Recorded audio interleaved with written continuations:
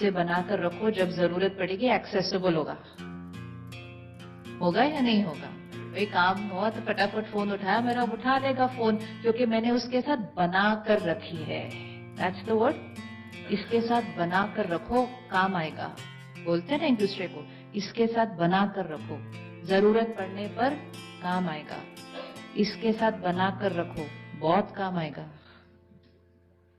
और फिर इसके साथ साथ उसके साथ बनाकर रखो तो सारे काम हो जाने।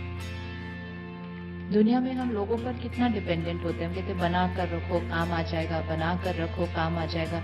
जिस दिन हमारे पास काम आएगा, हो सकता है वो है ही नहीं आसपास, तो क्या करेंगे?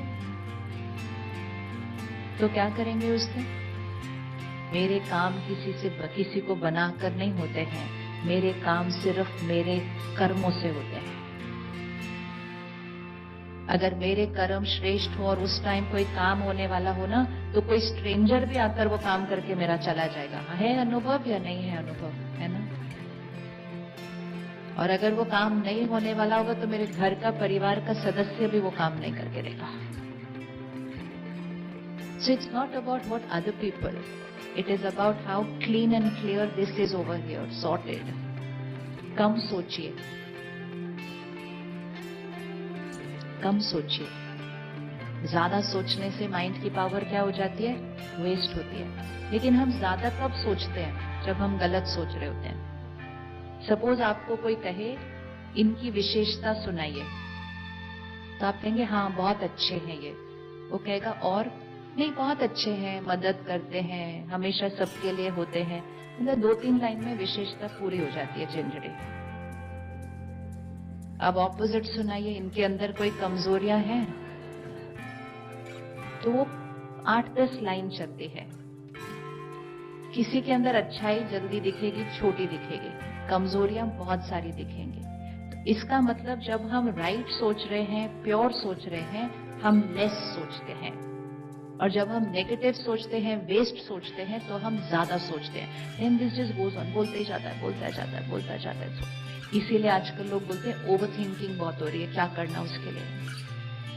Over thinking is a sign of, overthinking is a sign of, no, overthinking is not depression. Overthinking is overthinking. Overthinking मतलब ज्यादा थॉट्स आ रही है, कुछ भी करते हैं ज्यादा सोचते हैं हर चीज के बारे में। Overthinking is a sign of mind is little weak. Weak मतलब बीमार नहीं, जस्ट वीक। वीक मतलब जैसे शरीर मेरा वीक है थोड़ा, तो मैं 3 फ्लाइट स्टेप्स चढ़ूं तो मुझे ब्रेथलेस होने लगेगा, लेकिन सामने वाला दूसरा व्यक्ति फटाफट भाग जाएगा 3 स्टेप्स ऊपर।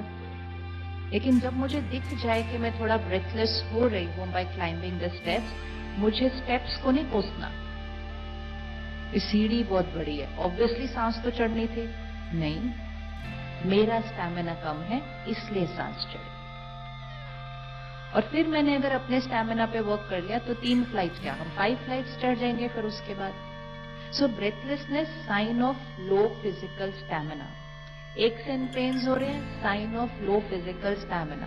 जल्दी जल्दी खांसी जुकाम हो रहा है, sign of low physical immunity. Over thinking, low emotional immunity.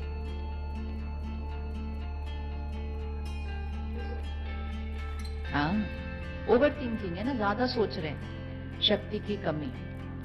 पुरानी बातों को भूल नहीं पा रहे हैं, शक्ति की कमी।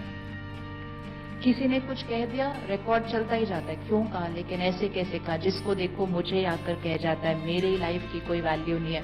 भाई उसने तो एक ही लाइन ही कही थी सिर्फ, हम क्यों 100 लाइन अपने आप को सुना रहे हैं? बट हम रोक नहीं पाते उसको। We are not able to put a full stop over there, because हम उसको डेली बेसिस पे स्ट्रेंथन नहीं कर रहे हैं। अब अगर हम अपने माइंड को कहें बस बस चुप हो जाओ, तो वो चुप थोड़ी होता है ऐसा। तो आप माइंड की थॉट्स को सप्रेस नहीं कर सकते कि चुप हो जाओ, बंद हो जाओ, नेवर एट ऑल। लेकिन उस माइंड की थॉट्स की क्वालिटी को हमें क्या करना है? चेंज करना है। इसीलिए स्पिरिचुअलिटी और मेडिटेशन बहुत जरूरी है, क्योंकि वो एकमात्र वो चीज